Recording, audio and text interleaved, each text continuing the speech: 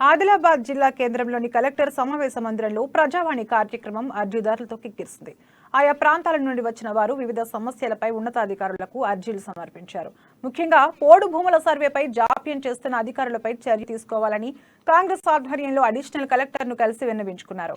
అటు యాపిల్గూడ అధిక సాంద్రత విధానంలో పత్తిని సాగు చేయామని, ఇందుకోసం ఎకరానికి 30,000 రూపాయల చొప్పున పెట్టుబడి పెట్టి తీవ్రంగా నష్టపోయామని యాపిల్గూడ రైతులు అధికారులను కలిసి తమ గోడు వెళ్లబోసుకున్నారు. అలాగే వికలాంగులు తమ సంక్షేమ సంఘానికి భూమి పూజ చేసినప్పటికీ ఇంతవరకు పనులు పూర్తి కాలేదని ఆ సంఘం అధ్యక్షుడు బావుని నగేష్ అడిషనల్ కలెక్టర్ను కలిసి వివరించారు.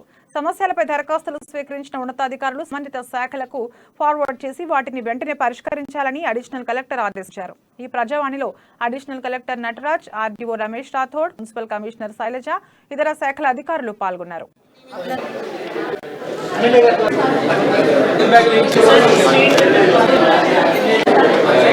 అధిక సాంద్రత పత్తి విధానంలో మా యాపగూడ గ్రామం నుంచి దాదాపు 15 మంది రైతులం 30 ఎకరాల పంట వేసి తీవ్రంగా నష్టపోయినాము. ఈరోజు ఎకరానికి 30,000 ఖర్చు చేసి 1 క్వింటాలే దిగుబడి వచ్చి తీవ్ర అప్పుల పాలైనాము.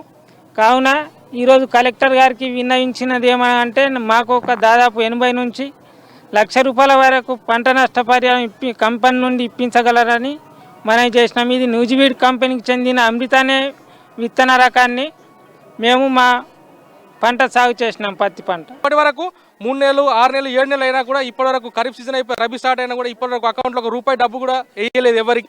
అలాగే మేము ఎవరి కంపెనీ వాళ్ళకు తర్వాత అగ్రికల్చర్ వాళ్ళకు ఫోన్ చేసి కూడా మాకు రెస్పాండ్ ఇవ్వట్లేదు. అందుకే ఈరోజు మేము కలెక్టర్ గారికి కలిసి మా గోస చెప్పుకోవడానికి వచ్చినాం. దీన్ని మేము ఏమంటున్నామంటే మేము ఒకటే, ఈరోజు వేరే పత్తి ఒక రకంగా ఉన్నది, మేము వేసినటువంటి పత్తి ఒక రకంగా ఉన్నది.